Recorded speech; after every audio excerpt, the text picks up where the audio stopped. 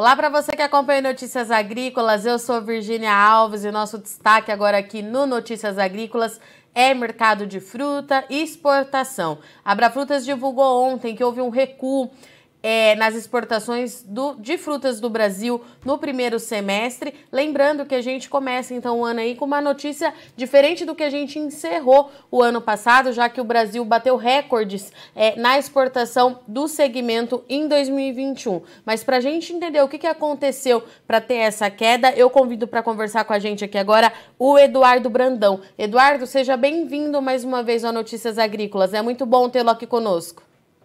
Obrigado, Virgínia. É sempre um prazer estar com vocês.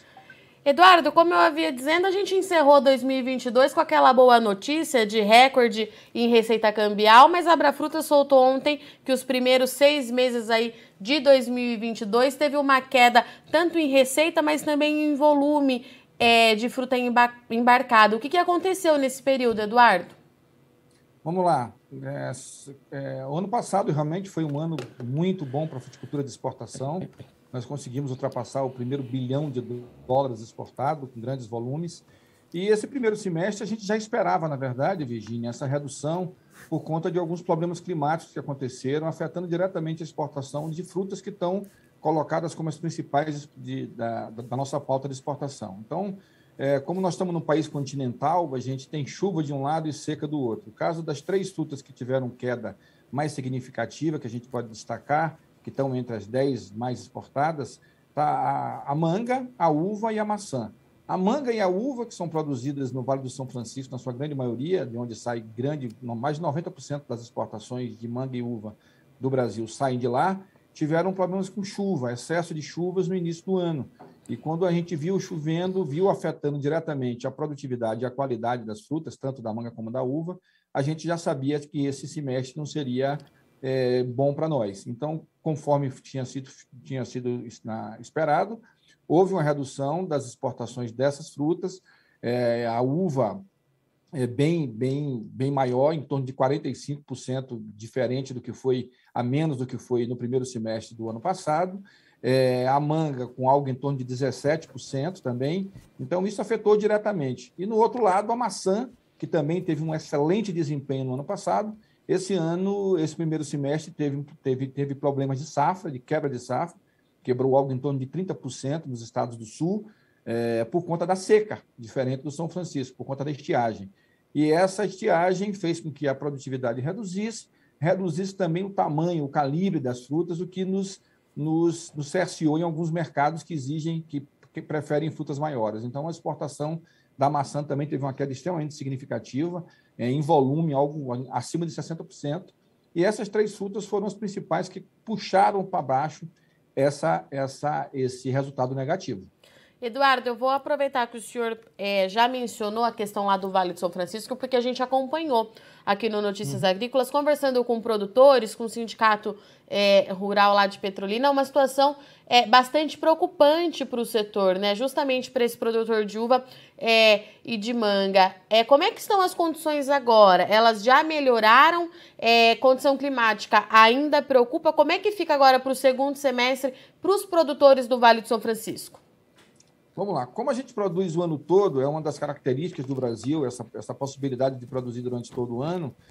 As condições melhoraram, né? As chuvas foram mais no início do ano, a gente está com o clima agora bastante favorável, entrou na normalidade, e a gente tem expectativa de retomar esse crescimento das exportações agora para o segundo semestre, né? Mesmo porque, historicamente, a fruticultura brasileira, onde inclui a uva e a manga do São Francisco, é mais forte a exportação no último semestre, sobretudo no último trimestre, né, do ano. Então, a gente está com expectativa de que esse problema seja sanado de clima e a gente consiga retomar, talvez não com a mesma pujança do ano passado, mas pelo menos chegando perto ou, no mínimo, igualando o nosso desempenho no ano passado. Essa é a nossa expectativa. E para o setor de maçã lá no Sul, como é que fica agora para o segundo semestre? A mesma coisa. A questão da seca, ela perdura um pouco, mas as frutas dessa primeira parte da safra, então a gente espera que nesse segundo semestre as áreas que produzem maçã, porque a maçã tem essa sazonalidade, que ela produz maçã, que elas tenham uma melhora na qualidade dos frutos, um aumento na produtividade, para uma retomada. Como a queda no primeiro semestre foi muito grande, no volume exportado, algo em torno de 65%, a gente talvez não consiga igualar, mas a gente tem expectativa de que vai melhorar muito. Tem um detalhe, Virginia, na maçã, o que um dos principais mercados da maçã brasileira fora é a Rússia. E nós estamos tendo problema da guerra da Rússia. Então, talvez mesmo que melhore essa qualidade, esse calibre, essa produtividade, a gente não consiga ter um desempenho tão satisfatório como o do ano passado nesse segundo semestre, por conta dessa questão de Rússia também, que está atrapalhando um pouquinho, especificamente a questão da maçã com mais força. Permanência do Laninha para o segundo semestre, como algumas previsões climáticas vêm indicando, Eduardo, traz preocupação para o setor de frutas lá na parte mais baixa do país? Traz. A gente tem acompanhado isso. A fruta é muito sensível a essa questão de variação do clima. No caso dessa parte lá, a gente tem muito produtor que está partindo para cultivo protegido. Então, a gente, contra o clima, não dá para a gente fazer previsão nenhuma, mas a gente está com a expectativa de que a gente possa melhorar esse resultado, porque a nossa expectativa é que a gente não abaixe muito do que foi no ano passado. A gente atingiu o primeiro bilhão e a gente já queria partir em busca do segundo bilhão de dólar, né? Então, esse percalço agora que está tendo de clima, a gente espera superar ele no segundo semestre. E, Eduardo, na ausência do Brasil com essas frutas, né? Maçã, uva e manga, quais outros países, origens produtoras que acabam pegando esse mercado do Brasil? Tá, vamos lá. A gente tem essas três frutas, são frutas, a maçã nem tanto, mas a uva e a manga tem muito foco na Europa, né? Grande parte do que é exportado tem como destino a Europa. E quando a gente falta lá na Europa, essa lacuna de mercado é suprida por países, sobretudo como o Peru, que é um grande concorrente nosso, que não teve tanto problema, e a manga peruana e a uva é muito parecida com a qualidade da fruta brasileira, e eles atendem esse mercado, né? Então, a Europa não ficou sem fruta, mas teve que buscar em outros países com qualidade diferente, no caso do Peru com a mesma qualidade. Mas eles buscam, sobretudo aqui, Peru, Colômbia, né? No caso da uva, os Estados Unidos também supre um pouco essa lacuna. E quando a gente fala em logística, Eduardo, eu não posso deixar de te perguntar se os impasses para o setor de frutas já estão 100% solucionados, se ainda há alguma dificuldade no embarque dessa mercadoria. Como é que estão as coisas para vocês? Não estão 100% solucionados. A gente teve nesse primeiro semestre, um dos fatores também que atingiu grande parte desses fatores que eu estou te falando. A logística ainda está sendo um problema para nós. Os fretes marítimos, 90% da fruta que sai do Brasil hoje utiliza o modal marítimo. Então, os fretes marítimos subiram demais do final do ano passado para o início desse ano, chegando até a triplicar ou quadruplicar os valores de exportação, reduzindo demais as margens de lucro dos produtores, né? Então, essa questão ainda vem afetando, diminuiu um pouco, melhorou um pouquinho, mas ainda é uma preocupação com aquela questão da Covid ainda na China, voltando um pouco, a China segurando um pouco os contêineres, falta de contêiner para que a gente possa estufar, os armadores aumentando o preço, e a gente não tem muito como sair disso, né? A gente tentou puxar um pouco para o modal aéreo, um pouco mais, mas como o modal aéreo historicamente é muito mais caro e é um nicho de frutas com mais valor agregado, a gente vem enfrentando essa questão de logística, mas eu não diria que esse 11%, Virginia, de redução teve como principal fator a logística, né? O principal fator realmente foi o clima, mas a logística teve sim a sua parcela de contribuição e, como ele respondendo, o problema logística para nós ainda não está resolvido. Tem muito chão para andar ainda. E a receita, ela teve queda também, né, Eduardo? De quanto que foi essa queda e quanto que o Brasil fechou o semestre? A receita foi também de 11%, né? Igual ao volume, foi de 11% no total, uma queda bastante significativa. Dessas três frutas que caíram, a manga foi algo em torno de 25% de queda na receita, a uva 51% e a maçã mais de 60%, em torno de 65%. Essas três frutas sozinhas puxaram muito essa média para baixo, essa redução de 11%. Mas, por outro lado, é bom que se diga que com todo esse... Não foi só problema. A gente teve também bons desempenhos esse primeiro semestre, que são frutas que tiveram aumento tanto no volume como no valor exportado e que não deixaram que esses 11% se transformassem em 20%, 25% negativo, né? Frutas como o limão, né, que a gente conversou um pouco antes, o melão e a melancia. São frutas que tiveram um desempenho positivo né, acima de 10% no volume e valor em relação ao primeiro semestre do ano passado.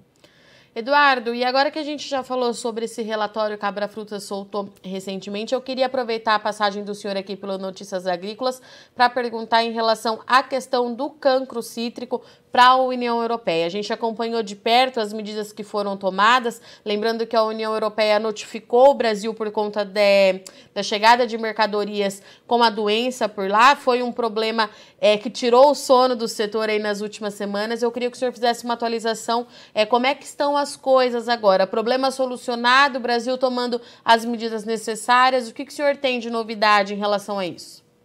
Vamos lá, realmente foi um problema, tirou o sono dos produtores e o sono da gente também, que está aqui lutando na defesa do interesse do setor. Como você disse, o Ministério, a Autoridade Fitossanitária Europeia notificou o Brasil e deu um prazo para que ele respondesse. O Ministério da Agricultura tomou as providências necessárias, puniu as empresas que tinham tido alguma detecção. Na verdade, foi uma punição, não foi um ajuste de alinhamento.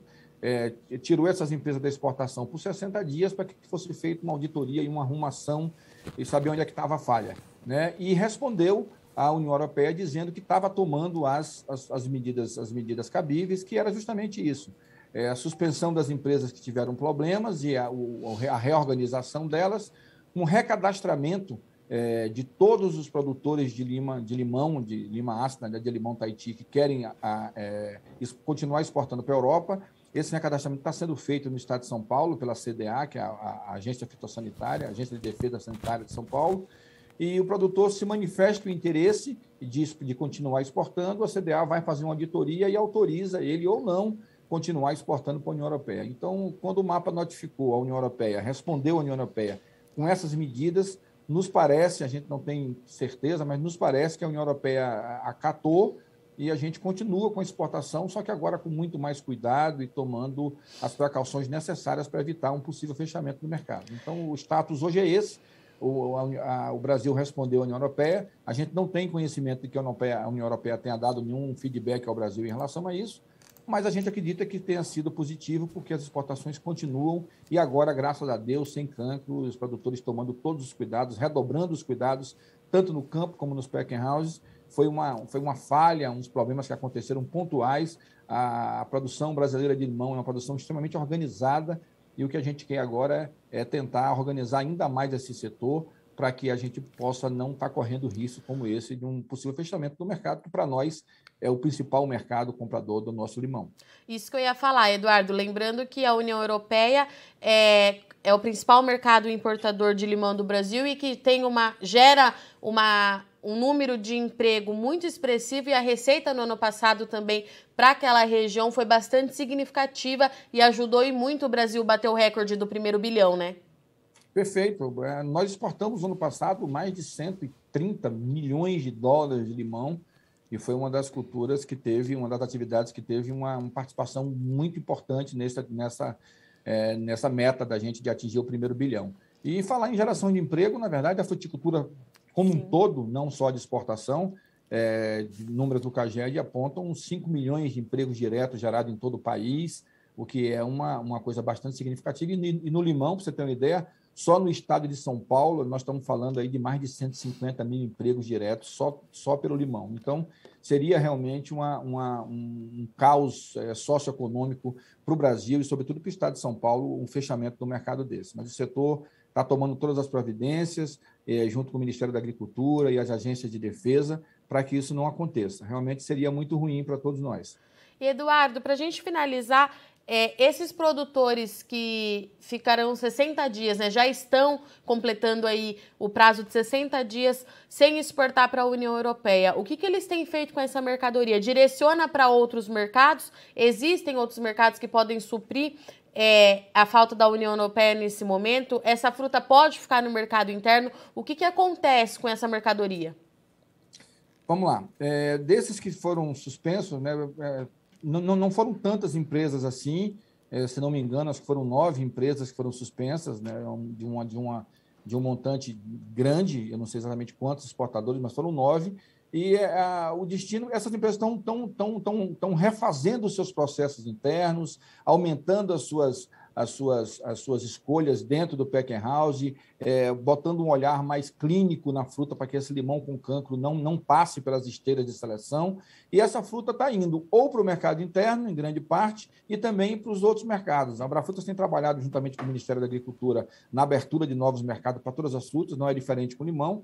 Recentemente, abrimos aqui o Chile, que é um mercado que tem solicitações ou requisitos fitossanitários diferentes da Europa, e então essa fruta ou está indo para o mercado interno ou está indo para outros destinos, né?